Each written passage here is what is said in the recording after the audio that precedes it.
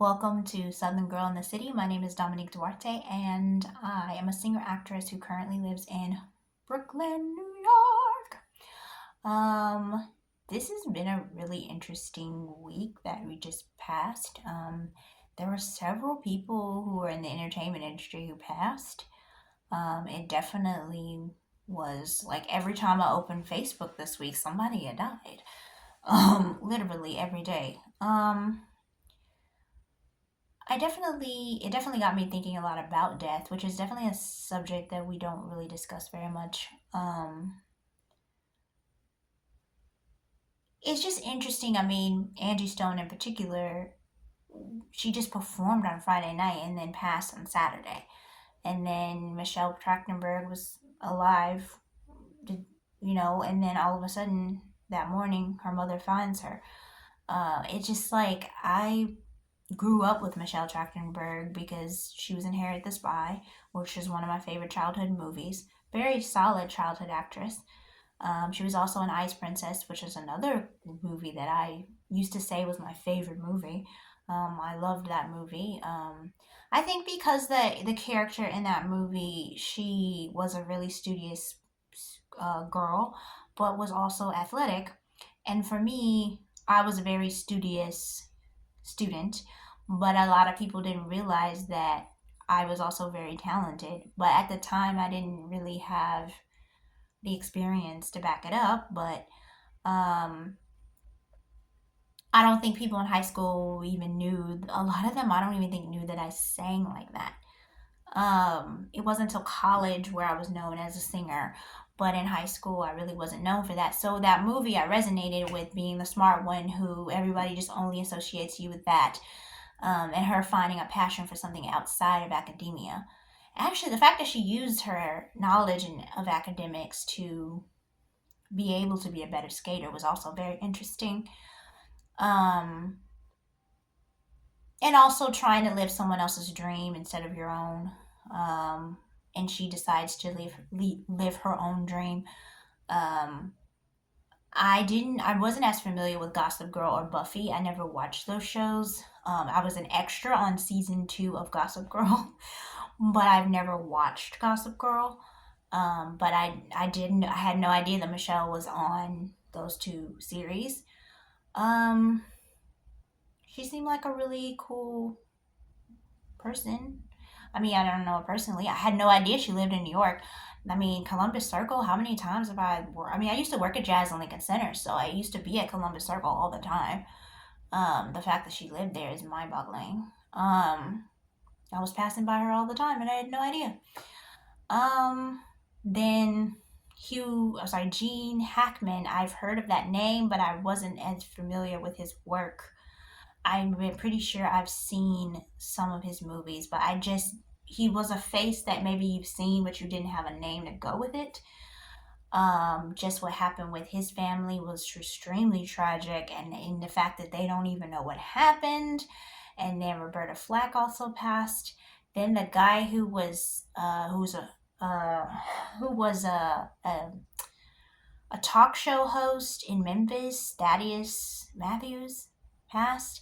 I was like, man, everybody. I know people die. I mean, obviously, but it just was a lot of people that I knew of who passed. Just every day, there was somebody. Um, I think with Michelle it was challenge. It's hard because she was so young. I mean, she's only 39. She's only 5 years older than me, so that one was really shocking. And I had no idea she had health issues. Like I didn't know she'd had a liver transplant or any of that.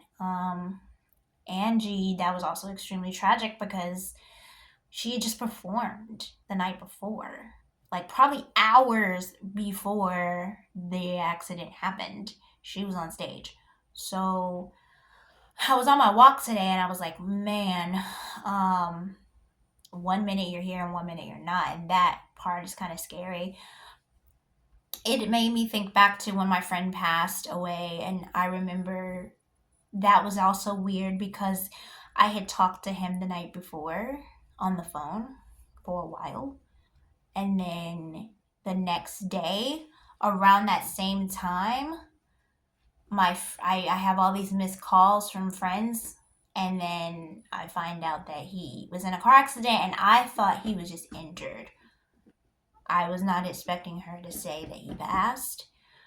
I remember just being in shock, because I had lost my grandmother, but my grandmother had been sick for like 3 years. And with my friend, it was sudden, and we had just talked on the phone the night before. So that was crazy to me. 1 minute I'm talking to him on the phone, the next minute he's not here anymore, and he was only 24 years old. There are some times when I think about death, and I wish that I didn't, but I do think about it, and I think mainly because I wanted to do this one woman show about Minnie Riperton, and I remember when I was in the writing class for it, I ended up in tears because I couldn't understand why someone who had contributed so much to the world, who had two wonderful kids and a husband who loved her, why she died at 31 and I'm still here. Because at the time I was taking the class when I was 31. And I couldn't understand why I'm still here and she's gone. When the reason it didn't make sense is because I don't have kids. I'm not married, and I don't feel like I've contributed as much as some other people. And I mean, I think about my friend, and I feel like he was going to be a music teacher, and I think he would have been a phenomenal music teacher, and I think he would have made such a difference in the lives of kids. So I can understand why he had to go so young, when I feel like people were saying, well, his journey was done, but I just don't get that, because I feel like he should be here. I think like he would have contributed so much more than I have. I mean, I know that's a morbid thing to say, but I just feel like I'm trying to contribute. But I also feel like there are just other people who died so young, and I don't always get that part. Because I'm like, well, why am I still here? And everyone else is gone. Young people, super young people. I mean, there was a girl she was 10 years old. She died of cancer, and she was at the school that I worked at, one of the schools I worked at. And I'm like, why are all these people going? And I know that people have to die, like, obviously, but I just am like,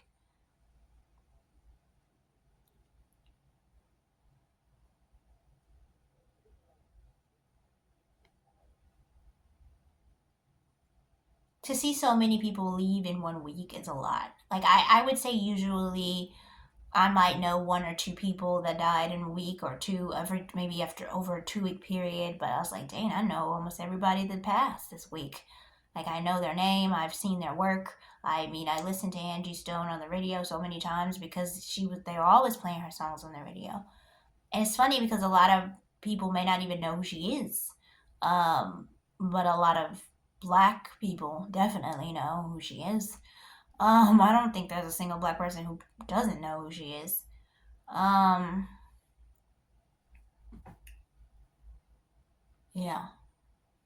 It just, I don't know, when you see a lot of people who pass, it kind of makes you feel like, it definitely makes you more aware of your mortality. Um, I want to contribute as much as I can while I'm here. Um,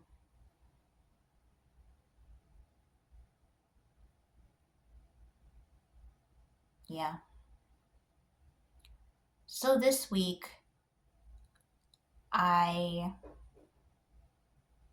I'm trying to continue doing videos that match my blog post, but I think I'm having a hard time because it's easier for me to make videos compared to making the blog post. Because at this point, I've had my blog for 2 years and I almost got a sponsor. But I'm running out of ideas, to be honest. I may have to recycle some of my old articles because every article I've written, I wrote it. Um, um, so I've written it from scratch, written it from here. I never use AI. I write it myself. Um, and I mean, considering that the amount of viewers I have now are not the same as 2 years ago, I probably could repost or uh, re-alter some of my writings from old posts, because I'm just like, I'm running out of ideas. I ain't got no more.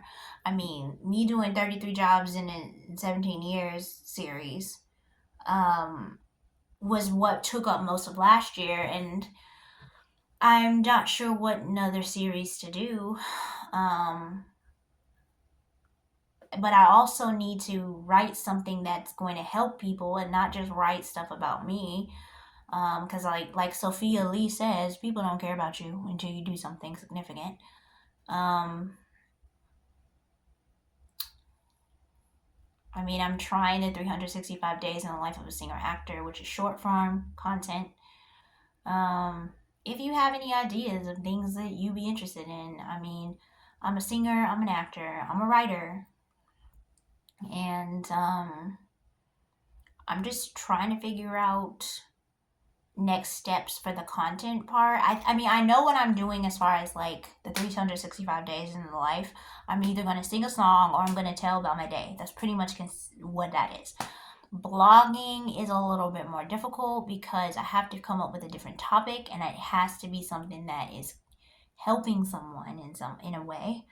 And a lot of the people who are really popular with blogging tend to be mommy bloggers or family blogs and or travel blogs, which I can't do because I never really travel and I don't have a family and I'm not married, so it's harder to make that type of content.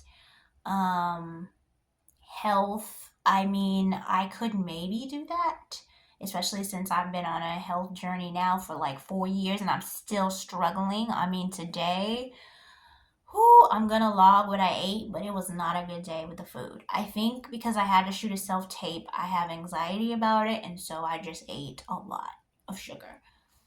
It's not even that I'm eating a ton of calories, it's just I'm eating crap.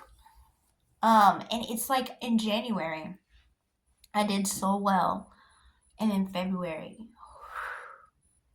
was awful. And March is about to, March 1st was not great. I'm hoping to give up sugar for Lent.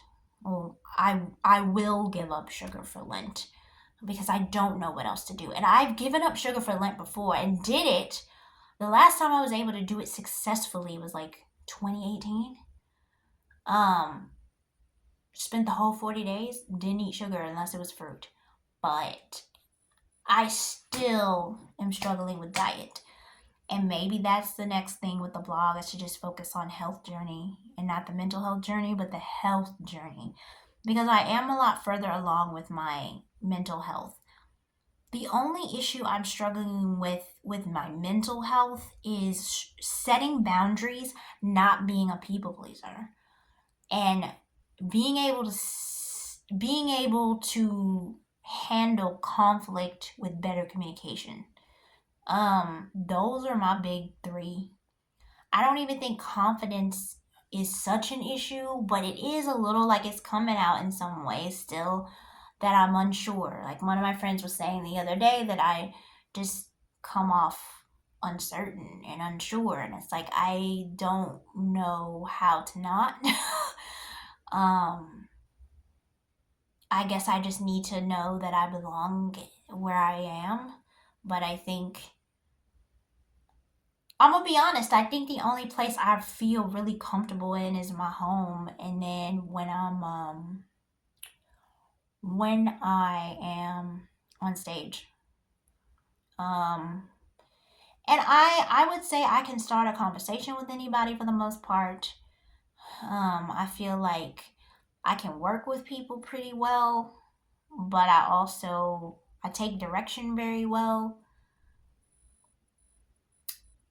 I know that in my education jobs, a lot of the times I struggle because I was trying to stand up for the kids, but I don't do that great standing up for myself. Um, I just went on a date and this person basically crossed so many boundaries, and I didn't say anything. But it's just like, I don't know why. Like, I feel like I should just say something, but it's so hard. Um, it's like my nervous system is always on. And then, two, I'm not expecting someone to cross my boundaries that strongly. So, even though I know I don't like this, I'm just like not sure how to articulate it in the moment. It's almost like I freeze, which is frustrating. So that is an element of the mental health that's a struggle. I'm very hard on myself. I think I'm a bit of a perfectionist, which is probably why me shooting self tapes gives me so much anxiety because I want to get it right. But I don't do more than 3 takes. I really try not to do more than three. Of course, we may have some mess ups, and of course, the mess ups I do not count in the 3 takes. But I try to do 3 takes because, but if I do more than three, it's gonna get sloppy. It's gonna get worse. I don't want to do more than three. I do one, two, three, and I don't do more than that. And I know some people do like 20, 15. I'm not. Well, one, because I don't want to take too much of anyone's time to do the dialogue, but also I think I've been doing this long enough where most of acting is listening and reacting. That's really what it is. It's listening, react, listen, react, listen, react. Um, it's not that much more difficult than that. You can give yourself a task to begin the scene, which in this case, I was supposed to be on a talk show, so there really wasn't anything I could do beforehand. Um, but I do notice like writing in a journal gives me an activity, and when I have an activity to do, it does help me stay in the scene a little bit more.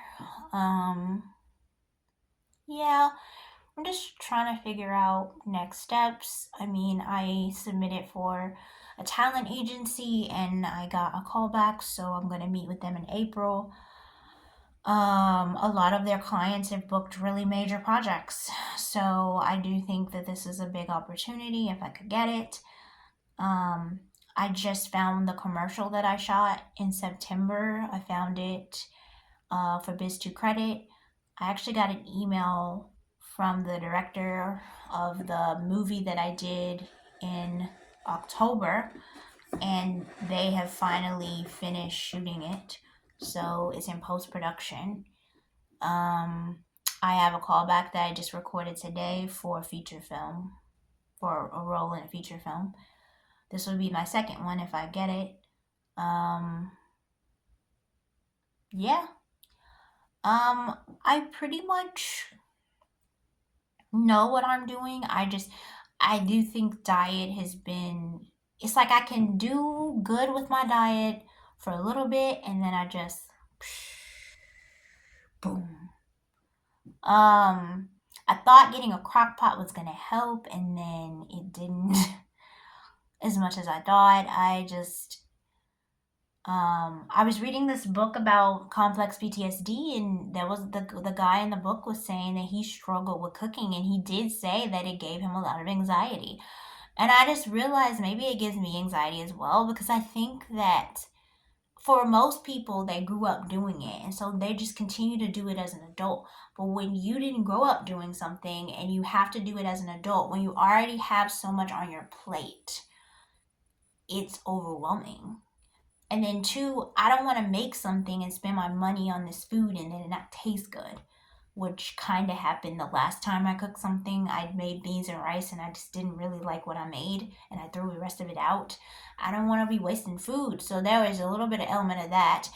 And I know that cooking is trial and error, but I want to get it right. And I think that's why with my career, I have struggled because whenever I get a call back, not every time, but there were some callbacks that I did not always submit for.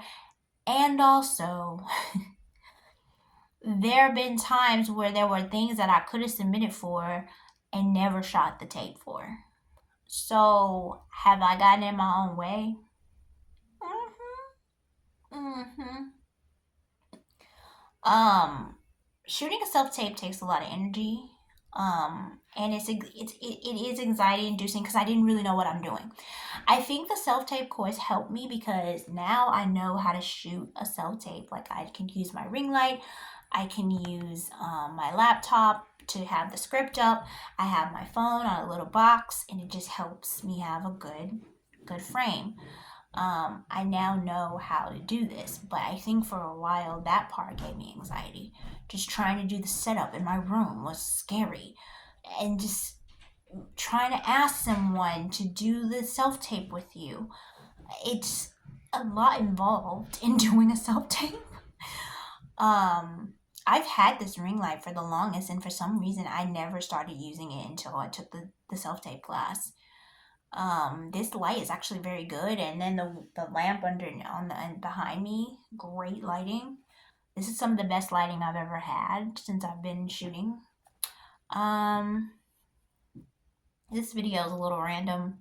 So the current events was the beginning about what happened with, a lot of people passing this week. Me thinking about being more aware of how limited your time on earth is, and me thinking about my friend that passed, and just seeing how there's so many people who I thought contributed so much and who would have contributed so much more, but they are no longer here. And then me trying to be more proactive about taking care of my health. I know that I cannot continue to eat the way I do, but I've tried so many times to change it, but I keep going back to the status quo. It's like I can eat it healthy for a few weeks and then I go back. Eat healthy for a few weeks and I go back. And just, oh, I just feel defeated when it comes to eating and food, and I do feel like a failure a bit with that. I don't know. I mean, I've lost 40 pounds and I still feel like a failure. That's just crazy. But it took me so long to lose that weight. From 2021 until 2025, basically. I felt like I should have lost 40 pounds in like 6 months to a year. And I still have another 10 pounds to go. And